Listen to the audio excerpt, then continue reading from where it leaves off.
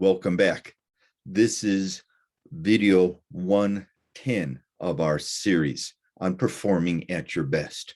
Remember, if you're new to popping in here, all of the 100 level videos hopefully are viewed in the progression that they are. Those of you who have been viewing this know how they're building upon one upon each other. The second level will be the 200 level series, where it will be specific issues that you can pick and choose in any order you want. Right now, we have about 3 or 4 more videos in this series to get you ready to learn about yourself better, so that you can learn about your performing area better, so you can blend those together. Last video, we talked about your playing personality. You'd intuitively know what kind of performer you are. This previous video looked at some physiological issues. What eye dominant are you? What hand dominant are you? What foot dominant are you? Then it looked at 2 personality factors of what's your basic neurological orientation for learning as well as for performing. Are you visual or auditory or kinesthetic? It makes a difference to you, the quality of your learning and retention and performing, if you know the pathway for it: visual, auditory, or kinesthetic. The third one was what I consider just the basic personality differences. Are you a thinker or are you a feeler? Each has its own advantages and disadvantages. The important thing is that you honor and align yourself with that primary performing orientation. And then the fourth one was tactical. What kind of errors do you make during the practices and performances? Are they due to tightness or are they due to looseness? These 4 will give you a better understanding and even confirmation on what kind of performer you are and what you need to be. This topic of this video may be a little bit off the beaten path, and it is important. And we're going to look at you and your fears. Fears are devious. They hold us back. Sometimes they are overt fears. Sometimes they're very covert and subtle fears. As they relate to performances, you have to constantly monitor, what are you afraid of? It is okay to be afraid of some things. It's okay to have some doubts or some insecurities about some elements or times about your practicing or performing. Sometimes they will morph into fears that you may not know as such, and then they go on to anxieties and panic attacks from that. When I was a practicing psychotherapist many years ago, I always took pride in being able to pinpoint and understand what's going on with a person. Over a couple sessions, I would know what makes them tick and how they can tick a little bit smoother. Occasionally, I would be stumped. I couldn't put my thumb on what's going on with this person. In those occasions, I always asked myself this standby question: what are they afraid of? What are they afraid of doing or changing or even becoming? I found that usually at the heart of our doubts, our insecurities, our panic attacks, even our depressions, there is some kind of fear. Now, some fears are good. They're productive. They keep us safe. As I record this in the beginning of February in 2022, we are still in the midst of another surge of COVID. So some people who are afraid of catching COVID, that keeps them healthier. That keeps them more aware and on guard. You use those fears.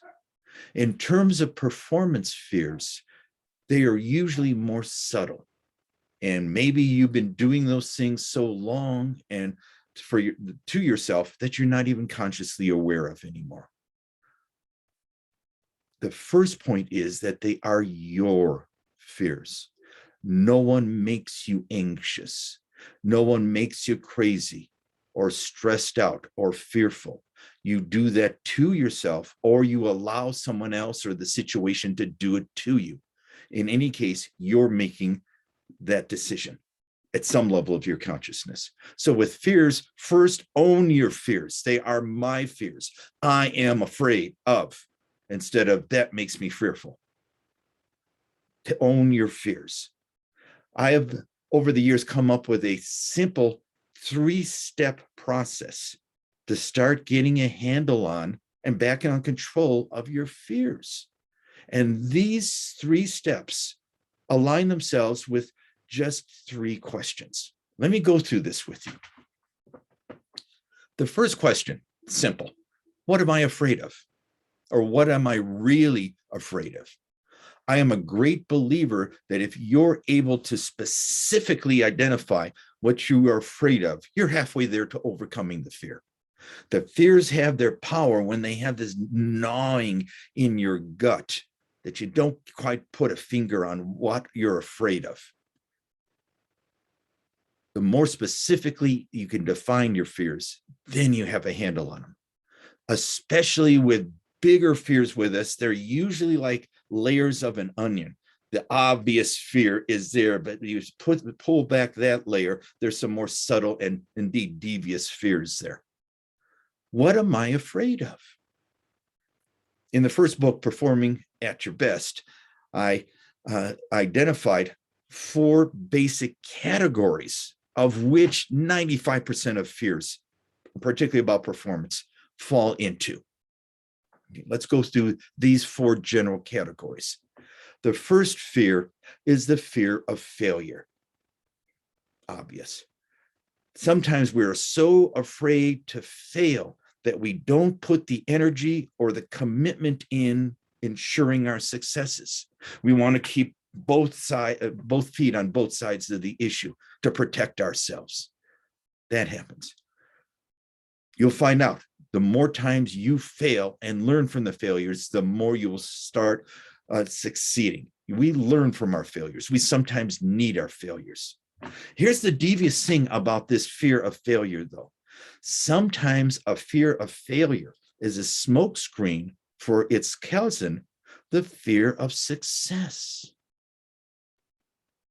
What would happen if you achieved everything you ever dreamed of? You might say, great, I'll be famous, have a lot of money, a lot of adoration, and I'll live happily ever after. But the more you ask yourself that question, the more you may say, I don't know. If I become successful, I have to repeat that success, or maybe even do it better again. Maybe it's more comfortable for me just to be mediocre and just to get by. There's the yin and yang, the fear of failure, and sometimes the fear of success. It wasn't until after I retired from playing professional tennis that it dawned on me I had a fear of success. You see, it was much more easy for me to be noble and gallant and lose in the last set of a match, as opposed to taking risks, to throwing myself into the moment and winning, and then having to win again the next time. It was a lot more easy for me just to say, oh, I gave it my all. I did a good effort. It took me a long while to figure out I had a fear of success. Being aware of that helped me out in a lot of situations. So our first category is a fear of failure and a fear of success. The second category is related to it, and I've yet to come up with a nice, cute title for it. It is the fears of risk, rejection, ridicule, embarrassment, and discovery as a fraud. Let me go through those again. Risk, rejection, ridicule, embarrassment, and discovery as a fraud. Too often in a stressful, high-pressure situation, we start anticipating what others are going to say to us, what others are going to do to us. So we're afraid of the rejection or the embarrassment or the ridicule. There are some successful people I've also encountered that feel that they have been living a lie, that they don't deserve all the successes they can.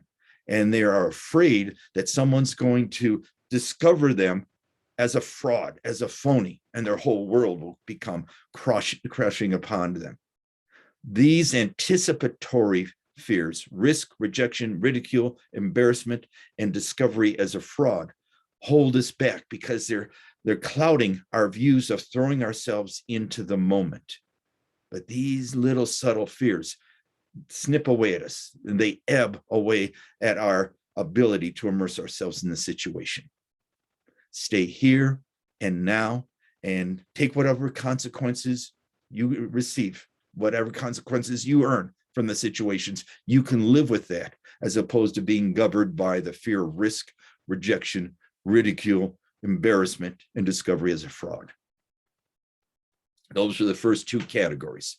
The third category, very simple one, is the fear of change. Too often we are afraid of change because we fear that we have to do something different. It is common to have this, especially in the fast-paced 21st century, where things are changing all the time. You see, nobody likes change. It's been said that the only person who does like change is a wet baby. The rest of us in a changing situation will respond with, oh no, what am I going to have to do differently now? Or what am I going to lose from this? So we just fear change inherently, and we hold on to what we think is stable or secure. Whatever we were holding on, though, is not that stable, nor is it secure. It's like holding on to a rock in the middle of the river. That's not the neatest place to be, but it's familiar, it's stable. We think it's secure. It takes, excuse me, a great leap of faith. Thank you. To let go of that rock in the river and to go downstream. Downstream, we can find some options we could not see from holding onto that rock in the middle of the river. The key is adding one step to that metaphor. The longer you hold on to that, what you think is stable or familiar or secure rock, the more things start snagging on you and dragging you down even further. Life is change. Abraham Lincoln originally said this, that the best way to predict your future is to invent it. And you have to do things differently. And that's the nice thing about performing, is that it's one thing to do the same things that you always did. It's quite another thing to keep on growing. In business, they call that continual improvement processes. And that is also embracing change, honoring what you do well, your core principles, your core practices, and embrace change. Don't let fear get to you about change. Our fourth general category of fear is the fear of the unknown. Yeah, so much of us don't know what's going to happen, and we are afraid what's out there and the discomfort and the potential frustrations and failures we may have in embarking into the unknown, that we stay retreated into our own shells. Our lives, particularly our performance lives, are great adventures. And with these adventures, sometimes we will fail, sometimes we'll lose our way, sometimes we'll go off track. And as long as we're going in some kind of direction, boldly going into the unknown, then we can start trusting and believing in ourselves and what we are doing. Now, just like the first one, the fear of failure had a cousin called the fear of success. Sometimes the fear of the unknown has its own cousin called the fear of the known. How many times did you say when you were a young adolescent, I don't know, as a way of just dismissing it? Because a lot of us don't want to take the responsibility for knowing something. Knowing something implies you have to do something with that knowledge. So a lot of people would rather plead ignorance and go back into their shells. So there's that interplay again between the fear of the unknown and the fear of the known. These four categories, the fear of failure and the fear of success, the fears of risk, rejection, ridicule, embarrassment, and discovery as a fraud, the fear of change, and the fear of the unknown and the known will account for 95% of the fears you have in your life. If you can start identifying what fears you have, and sometimes these connect with each other. Fear of failure is also a fear of embarrassment sometimes. The fear of change is sometimes the fear of the unknown sometimes. So the more you look into these four categories and define specifically what you are afraid of right here and right now, the more you start getting a grasp on not only the situation, but also gaining a grasp on reality. Okay. Does that make sense? You may want to replay that section to help you look at your four fears again, particularly when you're encountering some kind of nebulous, vague fear. Again, if you're able to specifically define the fear, I believe you're halfway there to overcoming it. All of that is under the first question of the 3-question process. What am I afraid of? The second question on this 3-step process is, after you define to your satisfaction what you are afraid of and owning that and taking responsibility for that, ask yourself this question: what would be the absolute worst thing that could happen if this fear came to reality? Let me say that again. What would be the absolute worst thing that could happen to me if that fear came to reality?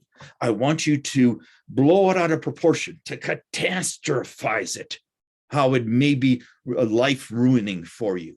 What is the absolute worst thing that can happen if your fear came to reality? The more you look at the absurdity of that question and your reactions to it, you can start saying, it's probably never going to occur.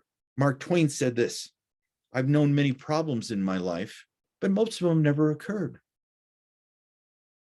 What is the absolute worst thing that can happen if that fear came to reality? Catastrophize it, blow it out of proportion.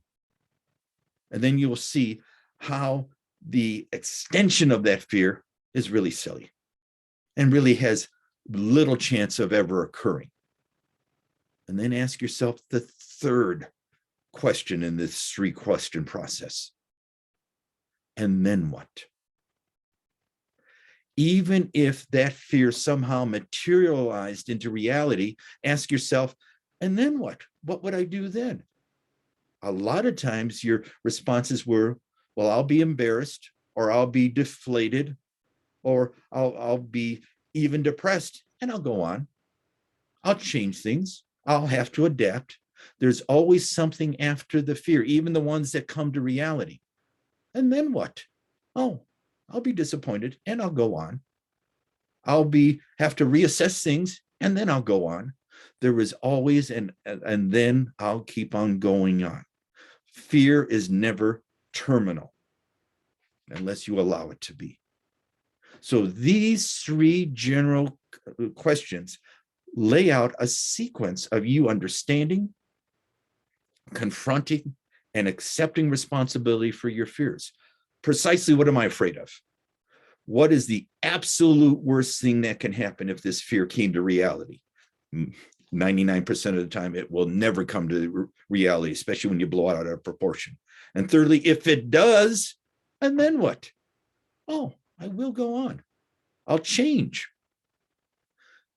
Once you start handling your fear in a more direct, responsible ownership, then you can start controlling your fears. Then you can start dissecting some of the fears that maybe have some valid purpose for you. As an old man, I'm afraid of falling. Okay, so use it because it's hard to get up. And so I use that to just pay attention to myself more and more instead of keeping my mind 3 steps in front of me. What are you afraid of? What is the absolute worst thing that can happen if your fears come to reality? And if they do, and then what? You'll go on. This way, if you follow these 3 steps, you not only are able to address specific fears, but you keep the whole concept of fears in a greater perspective and greater control. This is one that if these concepts are unfamiliar to you, replay this video as you may need. They are your fears. Own your fears, then you can do something about them. This is Tom Kubistant. I shall see you next time.